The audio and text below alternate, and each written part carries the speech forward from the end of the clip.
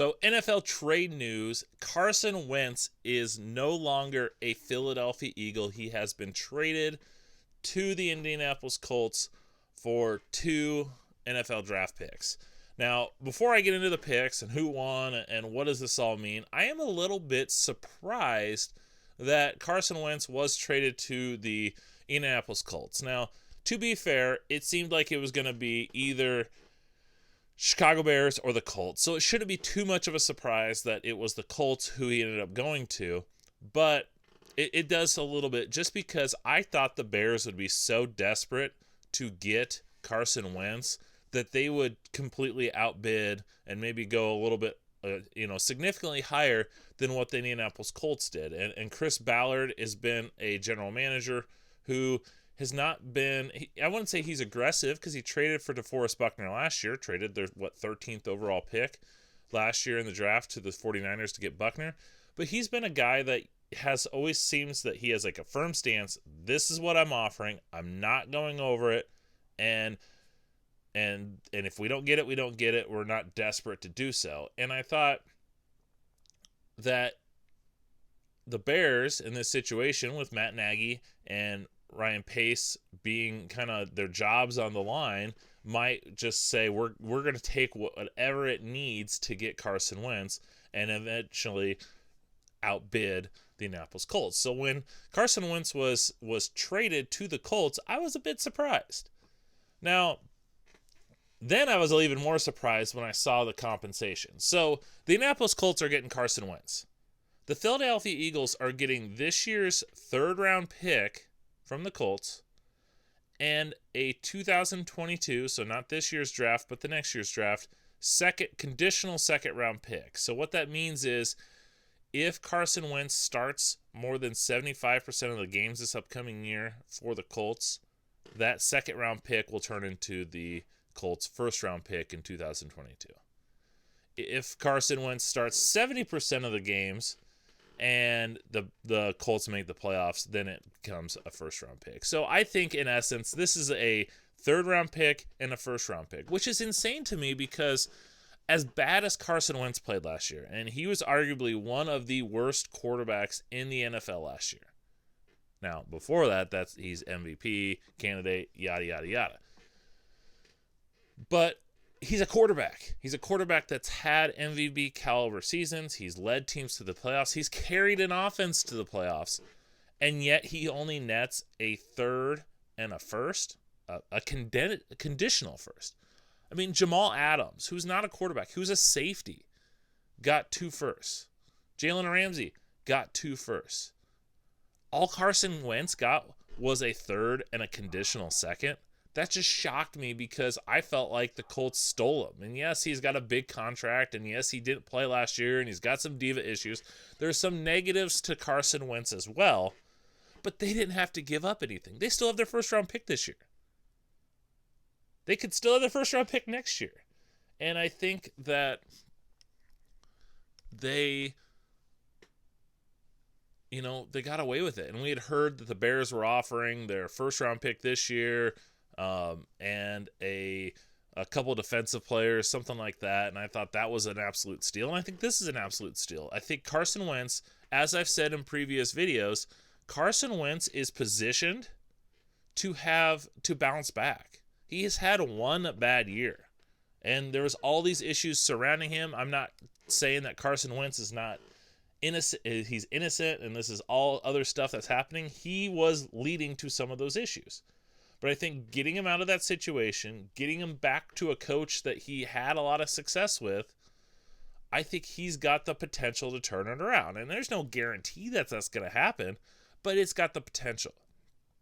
And so I think the Colts completely won this trade. I don't care what anyone else says. You get a potential franchise quarterback. I mean, look what they had last year. They had, 2 years ago, you had Jacoby Brissett, who was okay, but then, once again, they're picking 13th overall. Then they get Phillip Rivers, and Phillip Rivers is just hit or miss. They still make the playoffs. All they need Carson Wentz to do is be average.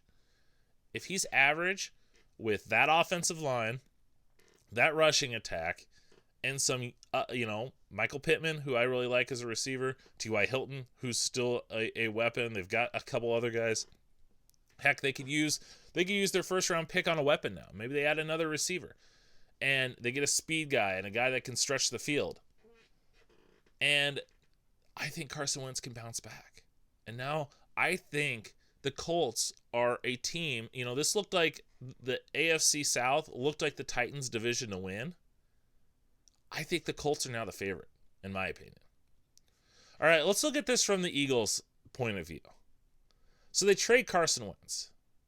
And so that leaves, as we speak, Jalen Hurts as their quarterback. And Jalen Hurts played all right at times. He had his moments and he had his downs, but he's a rookie quarterback. And he was a guy that I liked coming out of college. I thought the third round, second, third round was where he was going to go. I wouldn't have been shocked if he went in the first round just because of his character and his leadership traits. And he showed a lot. He improved so much when he got to Oklahoma and was able to showcase his skills and his development. And so I think he's a guy that the Colts or the Eagles could see going forward and saying, hey, this is our guy. We're going to build around him. He showed flashes. We got this new head coach who comes from the Colts. I think we can do this. But now they got that 6th overall pick. And that's right in the range of a quarterback. A Justin Fields, a Zach Wilson, a Trey Lance. One of those three guys, they have a shot to get because I think Lance and Fields are going to be top 5 picks. So they're at 6. They could realistically make a quick little jump to get one of them if need be. I think Trey Lance is someone to kind of keep an eye on. I don't think this move prevents them from drafting a quarterback. Now, I don't know if they will, just because, hey, you have Jalen Hurts, you drafted him in the second round, you viewed him enough, and I didn't have an issue with them drafting him in the second round that year.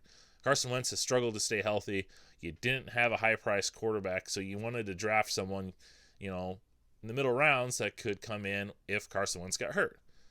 So I wouldn't be shocked if they just say, hey, we got Jalen Hurts. He showed us enough that we think we can run with him. Let's get some receivers. Let's get a Jalen Waddell. Let's get a Devontae Smith. Let's get a Jamar Chase. One of those three guys. They'll have a shot at one of those three guys too, because chances are one of those guys are going to slip. So when it's all said and done, I think the Colts won this trade, and I think the Eagles lost it. And a lot of times there's winners and winners. There's losers and losers. I think it's a win-lose situation. Colts won. You stole a potential franchise quarterback, a potential elite quarterback if he bounces back.